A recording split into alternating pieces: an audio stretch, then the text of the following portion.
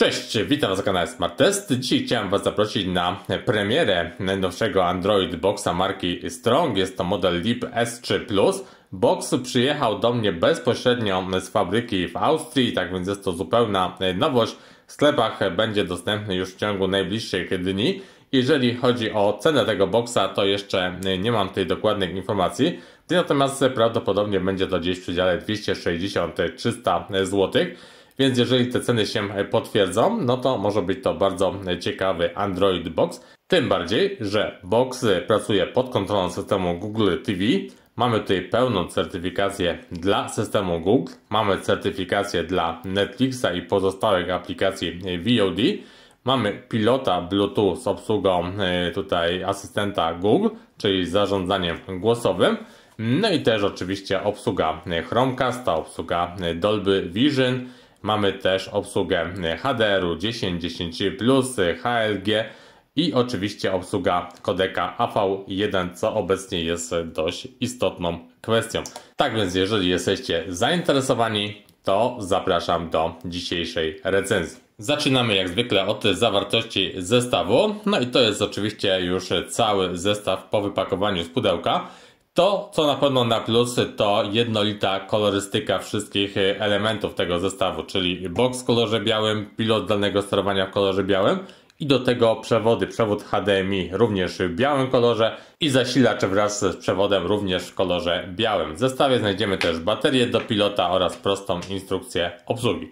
Jeżeli chodzi o samego boxa, to zobaczcie, przede wszystkim bardzo mała konstrukcja. Wymiary dokładnie 9,5 na 9,5 cm i jeżeli chodzi o tą bryłę, to jak widzicie w całości w kolorze białym, wykonana z matowego tworzywa sztucznego. Nie ma tutaj żadnych otworów wentylacyjnych, podobnie jak w większości tego typu boxów. Zobaczymy, jak to będzie z odprowadzaniem ciepła. Jeżeli chodzi o złącza, to na lewej krawędzi mamy złącze USB. Niestety nie jest to USB 3.0, tylko zwykłe USB. Po stronie prawej nie mamy tutaj nic. Na froncie jedynie tutaj będzie dioda informująca nas o pracy urządzenia tutaj w tym miejscu. No i teraz z tyłu pozostałe złącza, czyli wyjście SPDIF, cyfrowe dźwięku, wyjście HDMI, wejście sieciowe LAN oraz wejście zasilania. Tak więc nie ma tutaj zbyt dużo elementów. Jedno złącze USB może trochę szkoda, ale też jeżeli cena będzie tego boxa atrakcyjna, to wydaje mi się, że nie będzie to problemem. Jeżeli chodzi o pilota zdalnego sterowania, to jest to sprawdzona konstrukcja. Tutaj w tej wersji powiększonej o klawiaturę numeryczną. Natomiast pozostałe funkcje bardzo standardowe. Joystick do zarządzania, przycisk Home, powrotu, ustawień. No i oczywiście mamy przycisk do obsługi mikrofonu, czyli do obsługi tego asystenta Google, z którego będziemy mogli korzystać. Przyciski przypisane pod aplikacje VOD, takie jak YouTube, Netflix, Prime Video i Disney+. Czy da się przypisać jakieś inne aplikacje pod te przyciski, to sobie oczywiście sprawdzimy w naszej dzisiejszej recenzji. No i jeżeli chodzi o te przyciski, one nie są podgumowane, są tutaj z tworzywa sztucznego, ale dość cicho i precyzyjnie pracujące, więc myślę, że obsługa tego pilota będzie w porządku. No i oczywiście jest to pilot Bluetooth, czyli nie musimy tutaj nim celować w samo urządzenie. Ok, tyle odnośnie budowy wykonania. Teraz sobie podłączmy tego boxa, no i zobaczmy, jak on działa. Ok, i jak widzicie, mamy już boxa podłączonego do telewizora. Oczywiście tutaj nie pokazuję Wam tej pierwszej wstępnej konfiguracji, gdzie musimy wpisać nasz adres e-mail do konta Google, czy też połączyć się z naszą siecią Wi-Fi. Myślę, że to nie będzie nikomu sprawiało żadnych problemów, więc sobie to pominiemy. Natomiast teraz zobaczcie sam system, jak to wygląda. Mamy tutaj do czynienia oczywiście z systemem Google TV pracującym na Androidzie w wersji 11. I zacznijmy sobie może od tej informacji systemowych, czyli przejdźmy do informacji. No i teraz zobaczmy. Jeżeli chodzi o model 4K Google TV Box pracujący pod kontrolą Androida TV w wersji 11, zabezpieczenia z 5 lipca 2023, mamy tutaj te wszystkie certyfikacje dla Netflixa i to myślę jest chyba jedna z ważniejszych informacji, jeżeli chodzi o ten box. Jeżeli chodzi o wyświetlacz dźwięk, to tutaj Wam tylko pokażę, że mamy obsługę HDMI-C. Jeżeli Wasz telewizor to obsługuje, to możecie jednym pilotem obsługiwać oba urządzenia. Rozdzielczość maksymalna oczywiście 4K, jeżeli macie telewizor 4K czy też monitor 4K, to będziecie mogli w pełni go wykorzystać w połączeniu z tym boksem. Teraz jeżeli chodzi o połączenie z internetem, to bezprzewodowe, to oczywiście dwuzakresowe w paśmie 2.4 jak też 5 GHz, tutaj nie ma problemów.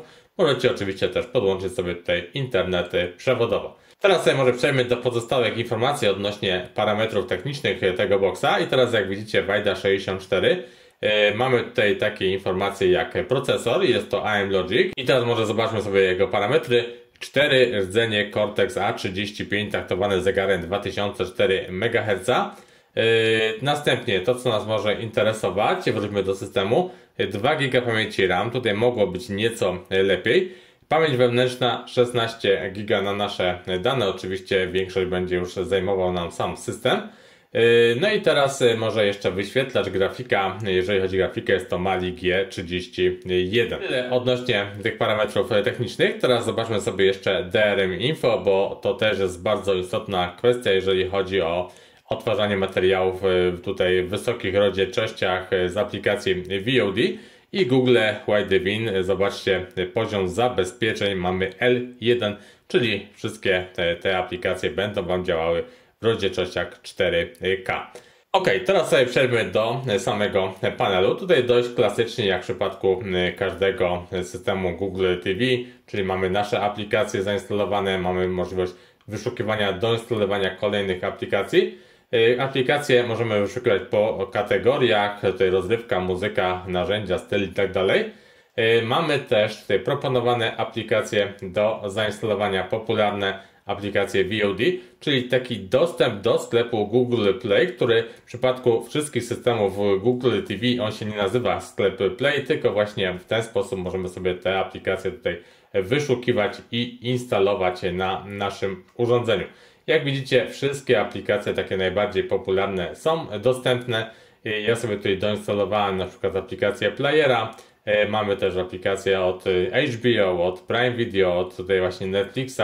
Tak więc tak naprawdę większość tych najbardziej popularnych aplikacji bez problemu sobie tutaj zainstalujecie, będziecie mogli sobie z nich korzystać. Oczywiście w sklepie znajdziemy też tutaj różne gry wideo, możemy sobie takie gry doinstalować i też wykorzystywać tego boxa jako taką mini konsolę do gier. No i skoro jesteśmy przy grach, no to zobaczcie, takie proste gry tego typu bez problemu obsługujemy za pomocą takiego pilota zdalnego sterowania. Tutaj nie potrzebujemy nic więcej. Natomiast oczywiście do bardziej jakichś zaawansowanych gier, no to polecam Wam dokupić sobie jakiś właśnie kontroler do gier, czy też przynajmniej podłączyć sobie klawiaturę i mysz i wówczas ta rozgrywka będzie znacznie bardziej tutaj wygodna, no i też będziemy mogli łatwiej sobie tym wszystkim sterować. Ok, teraz jeżeli chodzi o działanie aplikacji, no to jak widzicie tutaj oczywiście działa nam Netflix, to jest ta podstawowa aplikacja, z której będziecie pewno najczęściej korzystać i jak widać nie ma tutaj problemu z uruchomieniem tej aplikacji, z działaniem tej aplikacji, z przeglądaniem poszczególnych pozycji. Sterowanie za pomocą pilota zdalnego sterowania, jak widzicie bardzo płynnie to wszystko szybko działa. No i oczywiście każdy taki film możemy sobie bardzo łatwo odtworzyć na naszym telewizorze. Jak widzicie szybkie, płynne działanie tego boxa. Zarządzanie w takich materiałach wideo oczywiście też klasycznie, czyli wybór języka, mamy tutaj wybór napisów, które możemy sobie tutaj też uruchamiać. Mamy też możliwość zarządzania tutaj poszczególnymi funkcjami, takimi jak rozmiar napisu na filmach, kolor czcionki, cień, tło pod taką czcionką, więc to wszystko możecie sobie tutaj bez problemu, jak widzicie, uruchamiać. Przewijanie, przesuwanie materiałów do dowolnego miejsca, zobaczcie, klikamy i praktycznie od razu wszystko nam działa bez żadnego zatrzymania, spowolnienia, więc pod tym względem bardzo szybki, bardzo wydajny box. Nie mam tutaj żadnych uwag, żadnych zastrzeżeń do działania tego urządzenia. Jeżeli chodzi o poszczególne aplikacje VOD, również będą Wam bez problemu działały. Działa też aplikacja Player TV, o którą też często pytacie. I obsługa tej aplikacji również z pozycji pilota zdalnego sterowania bardzo wygodna, więc jeżeli macie konto na playerze, to bez problemu wszystkie materiały będziecie sobie też mogli oglądać. Podobnie działa Kanal Plus, HBO, Disney Plus, tutaj te wszystkie aplikacje działają bezbłędnie. więc może nie będę na tym się teraz skupiał. Sprawdzimy sobie natomiast działanie tego boxa na jakichś plikach demo, gdzie sprawdzimy sobie też działanie kodeka AV1 oraz działanie tego boxa w tych najwyższych rozdzielczościach. Natomiast zaczniemy może od tego wyszukiwania głosowego, zobaczymy jak tutaj to działa w tym urządzeniu i spróbujemy sobie teraz wyszukać jakiś materiał wideo, niech to będzie 4K z kodekiem AV1. Demo 4K AV1. I zobaczcie, jak widzicie, bez problemu byłem w stanie głosowo wyszukać sobie interesujące mnie treści. No i teraz spróbujemy sobie tutaj coś otworzyć w tych wysokich rozdzielczościach. I zaczynamy od ustawień. Jakość maksymalnie 4K 2160p. I jak widać, wszystko bez problemu działa. Może sobie jeszcze uruchomimy statystyki dla nerdów, żeby zobaczyć dokładnie te wszystkie specyfikacje. I co ważne, jak widzicie, obsługa tych wysokich rozdzielczości 4K i obsługa kodeka AV1. Czyli jak widzicie, bez problemu możemy otwierać materiały w tych najwyższych rozdzielczościach z kodekiem AV1, z pełną płynnością, z bardzo dobrą jakością obrazu, z dużą szczegółowością, z dobrym odwzorowaniem kolorów i też przede wszystkim z bardzo szybkim, jak widzicie, działaniem tego urządzenia. Bez żadnego buforowania, bez artefaktów, bez przycięć.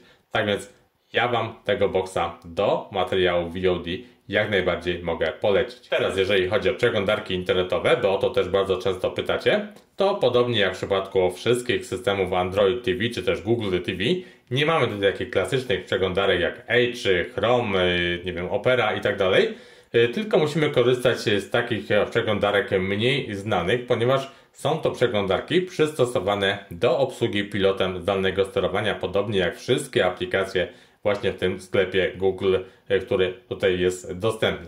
Więc taką przeglądarkę oczywiście możecie sobie doinstalować i pokażę Wam, jak ona działa. I tak wygląda przeglądarka TV Browser, z której bardzo często korzystam na tego typu urządzeniach właśnie jak Android TV. I zobaczcie, ona tutaj wygląda dość podobnie jak w przypadku klasycznych przeglądarek. Mamy tutaj kursor, którym możemy sterować za pomocą pilota. I w ten sposób sobie tutaj zatwierdzamy wszystkie te regulaminy na początek, a później oczywiście wszystkie strony tutaj internetowe. Czyli klasyczna strona Google, gdzie możemy sobie oczywiście wyszukiwać za pomocą właśnie pilota jakieś strony internetowe, które nas interesują. I zobaczcie, to nie jest jakoś zbytnio skomplikowane. Możemy też wyszukiwać głosowo za pomocą pilota takie strony. I następnie możemy sobie daną stronę uruchomić na naszym telewizorze, na dużym ekranie i przeglądać sobie tutaj wszystkie materiały tak jak na przeglądarce komputerowej. Czyli to sterowanie właśnie za pomocą tego kursora. No i tutaj zaczyna jechać na jakąś pozycję, kliknąć OK. No i oczywiście już możemy przechodzić do danego materiału. Tak więc pomimo, że nie jest to może jakaś taka najbardziej popularna przeglądarka, to jednak jak widzicie bez problemu jesteśmy sobie w stanie wszystkie strony otwierać, przeglądać. Również jakieś strony z filmami, z aplikacjami VOD, również w takiej przeglądarce będziecie w stanie sobie otworzyć. Ok, obiecałem, że sprawdzimy sobie, czy jest możliwość przypisania pod te przyciski dedykowane jakichś innych aplikacji. No i niestety takiej funkcji tutaj nie znalazłem, więc zakładamy, że te przyciski są przypisane na stałe, przynajmniej w tej wersji oprogramowania. Natomiast jeszcze jedna informacja odnośnie tutaj tego pilota zdalnego sterowania i funkcji HDMI CEC. Zobaczcie tutaj w ustawieniach możemy sobie oczywiście ustawić zarządzanie regulacją głośności, czy przez Google TV, czy też automatycznie przez CEC. Podobnie jeżeli chodzi o przycisk zasilania i też przycisk wejścia, więc te opcje da się skonfigurować jak najbardziej, natomiast nie ma możliwości przypisania innych funkcji pod przyciski tutaj te systemowe, które są na pilocie. No i teraz na koniec może sprawdźmy sobie jeszcze działanie Chromecasta, czyli przesyłanie obrazu z naszego telefonu bezpośrednio na telewizor. Czyli na przykład w aplikacji YouTube klikamy sobie na film, następnie wybieramy sobie tutaj przejście na urządzenie. Ten box akurat u mnie jest zapisany jako biuro, natomiast oczywiście możecie sobie tutaj dowolną nazwę swoją utworzyć. I teraz wybieramy sobie nasze urządzenie i zobaczcie, od razu materiał z naszego telefonu jest przesyłany na ekran naszego telewizora. I oczywiście, jeżeli chodzi o sterowanie, to możemy z pozycji telefonu przewijać materiał na telewizorze, otwierać go od dowolnego momentu, zatrzymywać, wznawiać. Tak więc pełne działanie, jeżeli chodzi o funkcję Chromecasta. Podobnie oczywiście Chromecast działa, jeżeli chodzi o przesyłanie zdjęć. Również tutaj w galerii wybieramy sobie przejście na, wybieramy nasze urządzenie, no i już na dużym ekranie możemy sobie oglądać zdjęcia naszego telefonu. Możemy sobie tutaj je przewijać, przeglądać. Tak więc jak widać, również pod tym względem świetne rozwiązanie dla osób, które nie mają funkcji Smart TV w swoich telewizorach. I to by było tyle chyba na dzisiaj, jeżeli chodzi o tą recenzję Boxa StrongLab S3 Plus. Przede wszystkim, co możemy sobie powiedzieć na temat tego urządzenia? Po pierwsze, urządzenie bardzo przyzwoicie wykonane, dobrze prezentuje się pod względem designu, wyposażone w bardzo dobrego pilota Bluetooth z funkcją obsługi asystenta Google z wyszukiwaniem głosowym. Urządzenie, które ma też przyzwoite parametry techniczne, ponieważ mamy na pokładzie szybki procesor AM Logic, mamy 2 GB pamięci RAM, 16 GB pamięci wewnętrznej. Na pewno powiecie, że są szybsze urządzenia od tego Stronga. Oczywiście macie rację, nawet na moim kanale niedawno mieliście okazję zobaczyć recenzję podobnego boxa marki Mikul, gdzie miał dużo mocniejsze parametry techniczne. Natomiast tamten box kosztował, jak pamiętacie, prawie 2 razy tyle co StrongLab S3 Plus. Natomiast jak widzieliście teraz, parametry tego Stronga pozwalają na płynne odtwarzanie wszystkich materiałów wideo w najwyższych rozdzielczościach, pozwalają na przeglądanie internetu, pozwalają na korzystanie z funkcji Chromecasta, no i też nawet na granie jakiejś tej prostej gry wideo, czyli wykorzystanie tego boxa jako takiej mini konsoli. Natomiast to, co ważne przy tego typu urządzeniach, przy urządzeniach typu Box TV, to przede wszystkim certyfikacje. I tutaj mamy pełną certyfikację dla systemu Google TV, mamy też certyfikację dla Netflixa i innych aplikacji VOD, dlatego też możemy bez problemu kupić tego boxa właśnie pod takie aplikacje i cieszyć się jakością obrazu i dźwięku w tych najwyższych rozdzielczościach. Jeżeli macie jakieś pytania odnośnie tego urządzenia, to oczywiście piszcie też w komentarzach, pytajcie, ja jeszcze będę przez jakiś czas miał okazję testować tego boxa, więc będę odpisywał na wasze pytania, więc jeżeli chcecie, żeby coś dla was sprawdzić, to oczywiście śmiało piszcie. Ja ze swojej strony oczywiście jak zwykle proszę was o subskrypcję kanału i łapki w górę. No i cóż, do usłyszenia, do zobaczenia przy okazji kolejnych recenzji na kanale Smart Test, które już niedługo oczywiście się tam pojawią. Cześć!